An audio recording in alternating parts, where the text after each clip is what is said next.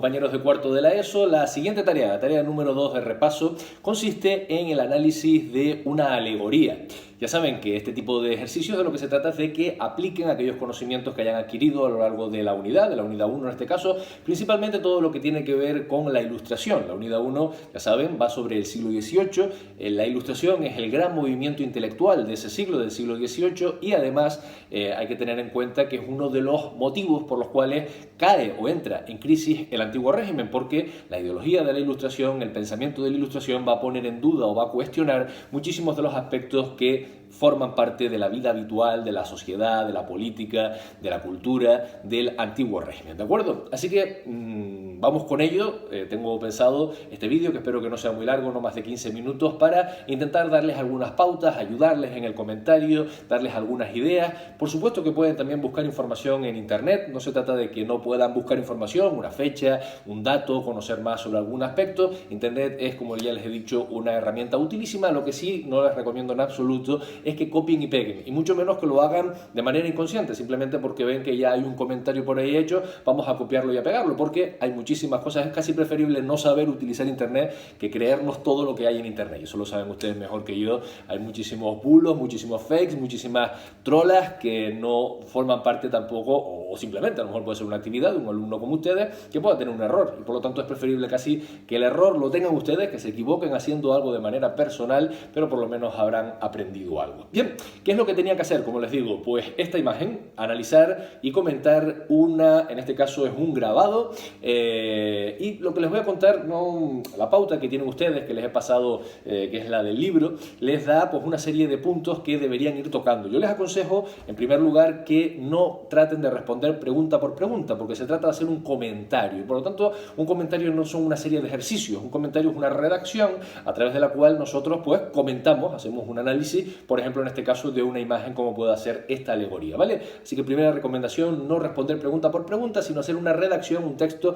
en el cual se respondan todas las preguntas. En todo caso sí poner los epígrafes, ¿vale? En este caso pues identificación y presentación, el 2 descripción y análisis, esos epígrafes sí, pero luego a través, ya digo, de un texto ir explicándolo todo. Lo que yo no voy a seguir exactamente esos puntos, si quieren cojan algún apunte sobre lo que les voy a contar. Yo lo que les voy a decir es qué es esto, qué es en primer lugar, qué es esto. En segundo lugar les voy a intentar contar qué nos quiere decir, qué significa, y para ello tenemos que relacionarlo con el periodo histórico y con el contexto en el cual se inserta esta imagen, y en tercer lugar a quién iba dirigido. En parte estoy respondiendo también, como verán, algunas de las preguntas, no a todas, otras es muy fácil que lo encuentren o bien en el propio texto, en lo que hemos estudiado, en el PowerPoint que les pasaba, en los archivos que les pasé también como adjuntos. ¿De acuerdo? En primer lugar, ¿qué es esto? Es una alegoría. ¿Y qué es una alegoría? Una alegoría es una imagen fantástica, es decir, esto que estamos viendo no ocurrió, no, estas mujeres no estuvieron ahí, ni las pintó nadie porque fuese una escena que se viese en el día a día o en la calle, sino que es una imagen, ya digo, fantástica, que lo que trata es de representar principalmente ideas abstractas. Por ejemplo, en este caso está representando la verdad o la razón, ¿vale? Para representar ese tipo de ideas abstractas, la amistad, el conocimiento, el amor, cualquiera de estas cosas, una forma de hacerlo es a través de una alegoría. Ya digo, es una imagen irreal que trata de representar esos valores o esas ideas de carácter abstracto. ¿Dónde aparece esta imagen? Aparece en el frontispicio de la enciclopedia. ¿Qué es eso? Un frontispicio es un término que viene de la arquitectura, es como la forma culta, digamos, o la forma más adecuada en arquitectura, en historia del arte, para referirnos a la fachada de una casa, de un edificio. Eso es un frontispicio. Pero también significa frontispicio la primera página de una determinada obra después de su portada. ¿Vale? Imagínense cuando abrimos un libro, no la portada, no la tapa, digamos, no la tapa dura, sino una vez abrimos esa tapa, la primera hoja que nos encontramos, eso también es el frontispicio. ¿Qué pasa? Que antiguamente, hoy en día pues tenemos tapas, ¿vale? O portadas muy elaboradas, con ilustraciones muy llamativas, pero porque tenemos técnicas de serigrafiado que lo permiten. Sin embargo, en esta época la tapa no solía ser de un material, o no había la suficiente técnica como para muchas veces trabajar sobre ella, pero lo que se utilizaba para colocar este tipo de ilustraciones ilustraciones llamativas que un poco diesen una idea de qué es lo que nos vamos a encontrar dentro del libro, pues se utilizaba, ya digo, esa primera página, el frontispicio. De la enciclopedia, nosotros llamamos enciclopedia a cualquier tipo de obra más o menos grande, amplia, en la cual se recojan saberes diversos. Muchas veces la Espasa, la Larousse, seguramente que ustedes o en casa o en una biblioteca habrán encontrado alguna, ¿verdad? Y habitualmente pues tiene por nombres o por sí, nombres de personas, nombres de cosas que nos dan ideas o nos dan información de diferentes saberes, ¿vale? La primera vez que se intentó o que se hizo una enciclopedia y cuyo objetivo era precisamente el de aunar, es una pretensión o una idea totalmente magna, es decir, enorme, la de aunar todo el conocimiento, todos los saberes de las artes y de las ciencias que existían en ese momento. Quienes primero lo hicieron fueron dos franceses de la Ilustración, que fueron Diderot y Lambert. Esa es la enciclopedia por excelencia. Luego han aparecido otras enciclopedias, obviamente, pero cuando hablamos en historia, y sobre todo en la Ilustración, en el siglo XVIII, de la enciclopedia, este es el frontispicio de esa obra magna, como les digo, fueron más de 20 tomos, creo recordar, en total, que lo componen, nos referimos a esa, a la de Diderot y Lambert, que fue editada en la segunda mitad del siglo XVIII. Creo que su edición comenzó hacia 1751 y estuvieron más de 20 años porque se editaba por fascículos, por partes, ¿vale? Que iban llegando a los suscriptores y que pretendían, ya digo, fue una hazaña desde el punto de vista del conocimiento y del saber, que era incluir todos los conocimientos que en esos momentos hubiese sobre las artes, sobre las ciencias. Pues imagínense, no solamente un libro de matemáticas o no solamente un libro de historia, sino que tuviese matemática, tuviese historia, tuviese geometría, tuviese astronomía, tuviese conocimiento sobre la agricultura, sobre economía. Eso era la enciclopedia. Y eso hay que insertarlo muy bien, o es la época precisamente, en la Ilustración. La Ilustración es el siglo de las luces, se le llama. ¿Por qué? Primero porque ya desde el XVII, desde el siglo anterior, había habido grandes inventos científicos, técnicos, que habían hecho avanzar al ser humano en el conocimiento de la naturaleza. Y el XVIII, con la Ilustración, pues forma parte, o es esa ideología que pretende conocer no solamente a la humanidad, sino también la naturaleza, todo lo que nos envuelve a través de la razón. Como les decía ayer, esto parece más o menos lógico. Obviamente la razón humana, el razonamiento, el llegar a conclusiones a través pues, de experimentos, de ver cómo las cosas suceden, parece que es lo lógico, que a través de eso es como lleguemos al conocimiento, que es el conocimiento científico, ¿verdad? Sin embargo, en esta época no estaba tan claro. ¿Por qué? Porque los seres humanos todavía en el siglo XVIII solían responder. Bueno, ustedes hicieron el otro día un comentario de texto o algunas preguntas, o sacaron algunas preguntas sobre, por ejemplo, un texto sobre las epidemias, ¿se acuerdan, no? ¿Cómo reaccionaba la gente ante una epidemia en Canarias, que fue lo que ustedes vieron en el siglo XV, en el siglo XVI, en el siglo XVII, en el XVIII, yendo a la Virgen de la Candelaria en Tenerife, o yendo a los Dolores cuando, por ejemplo, estalló el volcán aquí en Lanzarote, otro caso histórico en este caso también del siglo XVIII, 1730, 1736. Es decir, la razón no estaba tan por encima como está hoy en día, que lo que decimos es vamos a utilizar estas medicinas o vamos a quedarnos en casa porque el virus se transmite de esta manera, sino que lo que estaba era la creencia, la religión, las supersticiones, todo eso estaba un poco, digamos, por encima a la hora del ser humano interpretar el mundo que les rodeaba. Y precisamente la Ilustración lo que quiere poner es a la razón por encima. Y además tiene una visión optimista. De eso también lo tienen ustedes en sus apuntes o lo tienen en las diapositivas y lo pueden añadir al comentario, optimista sobre la capacidad del ser humano de progresar, y por lo tanto tienen ese interés de que todo el conocimiento de la humanidad pueda caber en una sola obra como pueda ser la enciclopedia, pero no solamente de progresar, sino también tienen una visión optimista sobre la naturaleza, sobre la capacidad también que tiene la naturaleza, y por lo tanto cuanto más se conozca sobre ella, mejor. En ese contexto es en el que hay que insertar el frontispicio y por supuesto la obra en la que está inserta ese frontispicio, ese grabado que tenemos aquí delante. Ahora, ¿qué nos quiere representar? En primer lugar, para ver qué nos quiere representar, tenemos que ver qué forma tiene. Como ustedes podrán ver, tiene una cierta jerarquía entre las diferentes figuras que aparecen en esa composición, es decir, no están todos a la misma altura.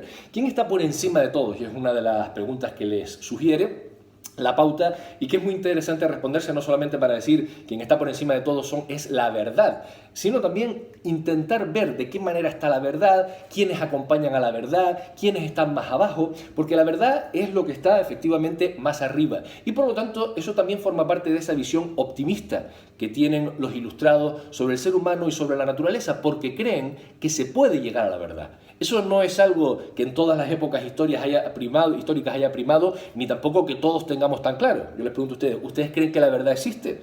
Es una pregunta que nos podríamos hacer. ¿Existe la verdad o todo depende del punto de vista desde el que se mire? Bueno, pues los ilustrados creían que a la verdad se podía llegar, que era algo abarcable, alcanzable por parte de la mente humana. Pero además, la verdad que está por encima de todo para esta obra, ¿quién está más cerca de la verdad? O mejor todavía, la verdad tiene un velo por delante. Tiene un velo, es decir, la verdad está tapada. Hay algo que tapa a la verdad. Eso seguramente está haciendo referencia a todo el antiguo régimen, a todos los pensamientos que no se basaban en la razón, a todo el tipo de pensamiento que no permitía al ser humano conocer la verdad porque estaba envelada, estaba tapada. Sin embargo, nos encontramos con que hay otras figuras, como puedan ser la razón precisamente, que le está levantando el velo a la verdad, le está quitando el velo. Por lo tanto, la capacidad, lo que nos quiere decir es la capacidad que pueden tener los seres humanos de conocer la verdad, de ver la verdad y la luz que aporta la verdad. Por eso aparece luminosa y es precisamente el centro o la figura principal de esa obra que se nos presenta. Es posible conocerla si nos lo permite, en este caso, la razón y también la filosofía, porque la filosofía es la ciencia o es el conocimiento o es la disciplina que se encarga de conocer la sabiduría. Saben ustedes que filo significa el origen etimológico, filo significa amor por, el amor por, y sofía significa conocimiento, sabiduría. Por lo tanto, la sabiduría, el amor por el conocimiento, la filosofía, no es casual que sea esa figura, también ayuda a la razón a sacarle el velo a la verdad. Luego aparecen otras figuras, también femeninas. Esto recuerda mucho a las figuras, por ejemplo, o a la mitología, por ejemplo, clásica, la mitología griega, a las musas. Parecen mucho a las musas. Las musas eran referentes que tenían las diferentes artes y que estaban representadas alegóricamente por mujeres. Pues también aquí aparecen una serie de mujeres. Quizás también es un guiño a esa antigüedad clásica, a esos griegos y romanos, a esos pensadores, a esos filósofos, a esos primeros padres de las diferentes ciencias. Ya saben que casi todas las ciencias, la matemática, la historia, la geografía, se desarrollaron primero en el mundo clásico. Y por eso, a modo de musas, aparecen las diferentes ciencias. Es decir, ¿quién va a acompañar a la filosofía y a la razón para quitarle el velo a la verdad? Van a ser las ciencias y las artes, la geografía, la aritmética. Aparecen además cada una representada con sus, digamos, con sus elementos de trabajo, con una escuadra y un cartabón, en el caso de la agricultura, por ejemplo, como una especie de plantita. Bueno, pues todas esas figuras alegóricas también aparecen en ese cuadro. Yo también les quería hacer, y rápidamente porque se nos acaban los minutos, referencia a que si ustedes se fijan, en el fondo, la composición se parece bastante a algo que la gente de esa época estaba acostumbrada a ver, que son estos cuadros que aparecen en las iglesias. Estos son los llamados cuadros de ánimas, en los que se representa el cielo arriba del todo, con Dios Padre y con Jesucristo a un lado, que luego aparecen los ángeles, los santos, y por debajo aparece el purgatorio, que es el sitio en donde las almas que todavía no están purificadas están como a la espera, ¿vale? Esto está en muchísimas iglesias. Está en la iglesia de San Ginés, aquí en Lanzarote, en la iglesia de Yaiza. Yo cuando era pequeño decía la comunión, también pude verlo, ¿vale? En muchas iglesias de Canarias. Digo que es una imagen que se parece bastante, pero fíjense que el autor de esta obra, de la obra que estamos interpretando, ha sustituido a Dios y a Jesucristo y a los ángeles por figuras como la verdad, como la razón, como la ciencia. Reflexionen un poco en cuál era el espíritu de la Ilustración, cómo la Ilustración critica a aquellos que a través solamente de las creencias pretenden llegar al conocimiento y por lo tanto qué especie de analogía hace entre ese mundo religioso y este otro mundo de la razón que ellos proponen. Para terminar, contarles finalmente ¿a quién iba dirigido? Bueno, pues la enciclopedia en este momento, estamos hablando de la segunda mitad del siglo XVIII, la mayor parte de la población en Europa era analfabeta. Por lo tanto, ¿a quién llegaba la enciclopedia? A quienes supiesen, en primer lugar, leer y escribir, que eran una minoría. No podemos pensar en la Ilustración como algo que llegó a todo el mundo. No, era una cuestión de élites, sobre todo, de quienes tenían la capacidad para que sus padres los mandaran a estudiar. Tenemos que también reflexionar quizás sobre la importancia de la educación en este momento que no llegaba a todo el mundo. En cambio, Pero a pesar de ello, aunque fuesen una minoría, es verdad que la ilustración a través, le digo, de fascículos, era como los episodios de Netflix que nos van llegando, pero a través de fascículos llegó y tuvo una gran implantación, es decir, dentro de esa minoría fue una de las obras, digamos, con más aceptación de la literatura, o en este caso del saber, en el siglo XVIII. Espero que les haya servido. Y una última cosa. Quizás quien me esté viendo en Instagram no va a llegar porque son 15 minutos lo que permite Instagram hablar, ¿de acuerdo? Pero pónganlo en el YouTube, que en el YouTube sí nos da tiempo de dedicarle algún minuto más. Algunos compañeros me preguntaban, ¿a qué se refiere con el marco arquitectónico? El marco arquitectónico. Bueno, pues con el marco arquitectónico se refiere fundamentalmente a que, como ustedes verán, en la parte de arriba hay una especie de edificio, ¿vale? O aparecen unas columnas, aparecen unas figuras arquitectónicas, y también les hace reflexionar. No nos ha dado tiempo lo suficiente en el curso para hablar de historia del arte, ¿de acuerdo? Ahí eso entraría un poco más en la historia del arte. Pero comentarles que esas columnas que se ven atrás tienen uno de los estilos griegos, ¿vale? Los griegos, o los tres grandes estilos que utilizaron los griegos en la antigüedad eran, no sé si lo estudiaron ustedes en segundo de la ESO, que es cuando corresponde estudiar un poco Grecia, son el dórico, el jónico y el corintio. Pues bien, esas son columnas corintias, es decir, son columnas de estilo clásico, de estilo griego, de la antigüedad clásica, ¿vale?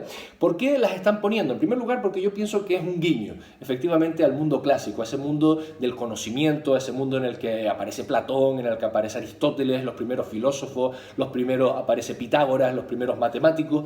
Y en segundo lugar, porque en la segunda mitad, que es cuando coincide que se elabora y se publica la enciclopedia de Diderot y de Lambert, es precisamente en esa época cuando se pone de moda un estilo arquitectónico, fundamentalmente arquitectónico y también artístico en general, de cuadros de pintura, etcétera, que se llama el neoclasicismo. Les recomiendo que miren un poco sobre el neoclasicismo porque, como la propia palabra indica, neo significa nuevo y clasicismo viene de lo clásico, es decir, de lo griego y de lo romano. Es una especie de vuelta a la arquitectura que se hacía en el pasado griego y romano. Y no es casualidad que esto ocurra en el siglo XVIII. ¿Por qué? Porque la ilustración tiene mucho que ver también con porque es una arquitectura en definitiva muy racional, es una arquitectura muy perfecta, está muy alejada de lo que había sido el principio del siglo XVIII, que es el rococó, que es el estilo de la aristocracia, que le gustaba mucho lo recargado, el floripondio, si me permiten la palabra. Por ejemplo, cuando uno mira el Palacio de Versalles, eso es rococó. Ese es el estilo de la aristocracia, de los que solamente querían ensimismarse observando y disfrutando. No, este es el estilo, en cambio, de la burguesía, fundamentalmente, que empieza a triunfar, ¿de acuerdo? Es el estilo de la racionalidad, es un estilo equilibrado, es un estilo que además bebe, ¿vale? O se inspira en lo que había pasado en Grecia, en Roma, en las épocas en las que la humanidad había llegado, o entendían ellos, a los puntos más altos con respecto a la civilización, al conocimiento, a las ciencias. Por eso les recomiendo sobre todo eso, que hablen un poco sobre el neoclásico, el neoclasicismo, que es el estilo arquitectónico y artístico que se da fundamentalmente al mismo tiempo que se edita la enciclopedia segunda mitad del siglo XVIII. Espero que les haya servido estos 17 minutos en los